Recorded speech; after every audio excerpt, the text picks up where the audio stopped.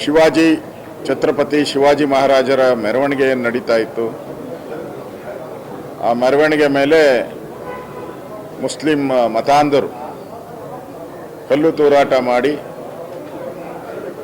ಶಿವಾಜಿ ಪ್ರತಿಮೆಗೆ, ಆ ಕಟೌಟ್ಗೆ ಅವಮಾನ ಮಾಡಿರ್ತಕ್ಕಂಥ ಘಟನೆ ಇಡೀ ರಾಜ್ಯದಲ್ಲಿ ಉದ್ವಿಗ್ನಗೊಂಡಿದೆ. ಶಿವಾಜಿ ಮಹಾರಾಜ್, ಛತ್ರಪತಿ ಶಿವಾಜಿ ಮಹಾರಾಜ್ ಅವರು ಹಿಂದೂ ಧರ್ಮದ ಸಂಘಟನೆಗೆ, ಉದ್ಧಾರಕ್ಕೆ ಕೆಲಸ ಮಾಡಿದಂಥವರು. ವಿಶೇಷವಾಗಿ ಮರಾಠ ಜನಾಂಗ ಶಿವಾಜಿಯನ್ನು ದೇವರ ರೀತಿ ಪೂಜೆ ಮಾಡ್ತಾರೆ. ಆದರೆ ಶಿವಾಜಿ ಇಡೀ ಹಿಂದೂ ಸಮುದಾಯಕ್ಕೆ ಒಂದು ಸಂಕೇತ.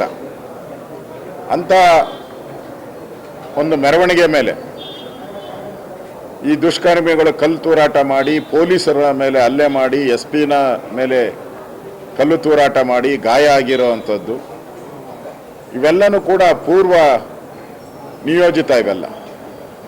ಇದೇನು ಮೊದಲಲ್ಲ. ಗಣೇಶ ಮೆರವಣಿಗೆ ಮೇಲೂ ಮಂಡ್ಯದಲ್ಲಿ ಕಲ್ಲು ತೂರಾಟ ಮಾಡಿದ್ರು. ಹನುಮ ಮಾಲಾಧಾರಿಗಳ ಮೇಲೂ ಕಲ್ಲು ತೂರಾಟ ಮಾಡಿದ್ದಾರೆ. ಶ್ರೀರಾಮನ ಕಟೌಟ್ರನ್ನು ಕೂಡ ಹರಿದು ಹಲ್ಲೆ ಮಾಡಿರ್ತಕ್ಕಂಥ ಘಟನೆ ಇದೆ. ಈ ಥರ ಕರ್ನಾಟಕದಲ್ಲಿ ಕಾಂಗ್ರೆಸ್ ಸರ್ಕಾರ ಬಂದ ಮೇಲೆ ಈ ಮುಸ್ಲಿಂ ಭಯೋತ್ಪಾದಕರಿಗೆ, ಮುಸ್ಲಿಂ ಮೂಲಭೂತವಾದಿಗಳಿಗೆ ಹಬ್ಬ ಆಗ್ಬಿಟ್ಟಿದೆ. ಯಾಕಂದರೆ ಕಾಂಗ್ರೆಸ್ ಅವರು ಹೇಳಿದ್ದಾರೆ, ಯಾವುದೇ ಮುಸ್ಲಿಮರ ಮೇಲೆ ಕೇಸ್ ಹಾಕಬೇಡಿ, ಅವರೆಲ್ಲ ನಮ್ಮ ಬಂಧುಗಳು. ಕುಕ್ಕರ್ ಬ್ಲಾಸ್ಟ್ ಮಾಡಿದಂಥ ಮುಸ್ಲಿಂ ಏನಿದ್ದಾನೆ ಅವನು ನಮ್ಮ ಬಂಧು. ವಿಧಾನಸೌಧದಲ್ಲಿ ಪಾಕಿಸ್ತಾನ ಜಿಂದಾಬಾದ್ ಅಂತ ಹೇಳಿದವರು ಕೂಡ ನಮ್ಮ ಬಂಧುಗಳು. ಅದಕ್ಕೆ ಅವ್ರ ಮೇಲೆ ಕ್ರಮ ತೆಗೆದುಕೊಳ್ಳಿ ಅಂತ ಬೇಡ ಅಂತ ಹೇಳಿರೋದಕ್ಕೋಸ್ಕರ ಇಡೀ ರಾಜ್ಯದಲ್ಲಿ ಇವತ್ತು ಯಾವುದೇ ಹಿಂದೂ ಹಬ್ಬ ಇರಲಿ, ಈ ಥರದ ಒಂದು ಘಟನೆ ನಡೀತಾ ಇದೆ. ಇವತ್ತು ಈ ಚಳುವಳಿ ಎಲ್ಲಿಗೆ ಹಬ್ಬುತ್ತೋ ಗೊತ್ತಿಲ್ಲ. ಇದು ಬಾಗಲಕೋಟೆಯಿಂದ ಬೆಳಗಾವಿಗೂ ಹಬ್ಬೋದು, ಕಲಬುರಗಿಗೂ ಹಬ್ಬೋದು, ಬೆಂಗಳೂರಿಗೂ ಹಬ್ಬೋದು. ಶಿವಾಜಿ ಆ್ಯಕ್ಚುಲಿ ಕರ್ನಾಟಕದವರು. ಅವ್ರ ತಂದೆ ಇದೆ ಗವಿಗಂಗಾಧರೇಶ್ವರ ಇದೆಯಲ್ಲ, ದೇವಸ್ಥಾನ ಕಟ್ಟಿದವರು ಅವರೇ. ಅವ್ರ ಪೂರ್ವಜರು, ಅವ್ರ ತಂದೆ ಇಲ್ಲೇ ಇದ್ದಿದ್ದು, ಸಾಮಂತರಾಗಿ ಇಲ್ಲೇ ಇದ್ದಿದ್ದವರು. ಒಂದು ರೀತಿ ಕರ್ನಾಟಕದವರು ಶಿವಾಜಿ. ಅಂಥ ಶಿವಾಜಿ ಮೇಲೆ, ಅವ್ರ ಮೆರವಣಿಗೆ ಮೇಲೆ ಹಲ್ಲೆ ಮಾಡಿರ್ತಕ್ಕಂಥದ್ದು ಇದು ನೇರ ಹೊಣೆಯನ್ನು ಕಾಂಗ್ರೆಸ್ ಅವರು ಹೊರಬೇಕು. ಇವ್ರ ಕಿತಾಪತಿ ಇಲ್ದಿರ ಇಷ್ಟೆಲ್ಲ ಆಗ್ತಾನೆ ಇರಲಿಲ್ಲ. ಇವ್ರ ಕಿತಾಪತಿಯಿಂದನೇ ಇಷ್ಟೆಲ್ಲ ಘಟನೆ ಆಗಿರೋದು. ಇವತ್ತು ಮುಖ್ಯಮಂತ್ರಿಗಳ ಹೇಳಿಕೆಯನ್ನು ನೋಡಿದೆ, ಟ್ವೀಟ್ ಮಾಡಿದ್ದಾರೆ, ಕಟ್ಟುನಿಟ್ಟಿನ ಕ್ರಮ. ಇದೆಲ್ಲ ಬುರುಡೆ ನಿಟ್ಟಿನ ಕ್ರಮ. ಇದೆಲ್ಲ ಕಟ್ಟುನಿಟ್ಟಿನ ಕ್ರಮ ಅಲ್ಲ, ಬುರುಡೆ ಬಿಡ್ತಾರೆ ಅಂತಾರಲ್ಲ, ಬುರುಡೆ ಬಿಟ್ಟಿರೋ ಕ್ರಮ ಇದೆಲ್ಲ.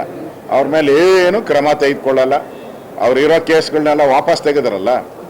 ಹಿಂದೆ ಹಾಸನದಲ್ಲಿದ್ದಂಥ, ಮೈಸೂರಲ್ಲಿದ್ದಂಥ ಕೇಸ್ಗಳೇನಿತ್ತು, ಈ ಥರ ಕಲ್ಲು ತೂರಾಟ ಮಾಡೋದಂಥದ್ದು ಎಲ್ಲನೂ ವಾಪಸ್ ತೆಗೆದಿದ್ದೀರಾ. ಇದು ಸಾಂಕೇತಿಕವಾಗಿ ಹಾಕ್ತೀರಾ, 3 ದಿನ ಬಿಟ್ಟ ಮೇಲೆ ವಾಪಸ್ ತೆಗಿತೀರಾ. ಅದು ಅವ್ರಿಗೆ ಚೆಂದ ಗೊತ್ತಿದೆ. ಅದರಿಂದ ಅವ್ರು ಗಲಾಟೆ ಮಾಡೇ ಮಾಡ್ತಾರೆ.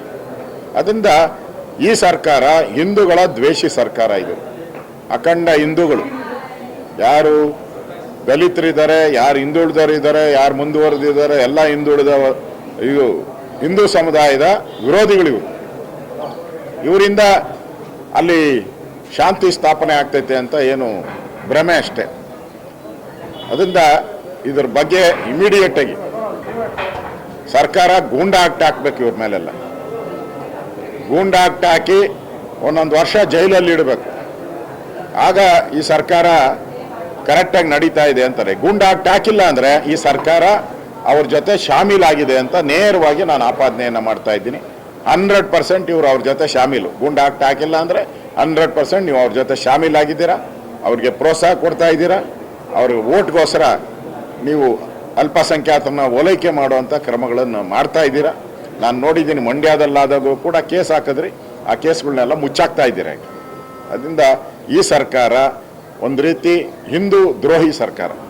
ಇದನ್ನು ಖಂಡಿಸ್ತೀನಿ. ಈ ಘಟನೆಯನ್ನು ಯಾರು ಶಿವಾಜಿಯನ್ನು ಪ್ರೀತಿ ಮಾಡ್ತಾರೆ ಅವರೆಲ್ಲ ದಯವಿಟ್ಟು ಶಾಂತತೆಯಿಂದ ಶಾಂತಿಯನ್ನು ಕಾಪಾಡಬೇಕು ಅಂತೇಳಿ ನಾನು ಆ ಸಮಾಜ, ಮರಾಠ ಸಮಾಜ ಇರ್ಬೋದು, ಹಿಂದೂ ಸಮಾಜ ಇರ್ಬೋದು, ಇರ್ತಕ್ಕಂಥ ಎಲ್ಲ ಜಿಲ್ಲೆಗಳಲ್ಲಿರ್ತಕ್ಕಂಥ ನಿನ್ನೆ ತಾನೇ ಶಿವಾಜಿ ಜಯಂತಿಯನ್ನು ನಾವೆಲ್ಲ ವಿಜೃಂಭಣೆಯಿಂದ ನಾವು ಮಾಡಿದ್ರಿ ಇಲ್ಲಿ.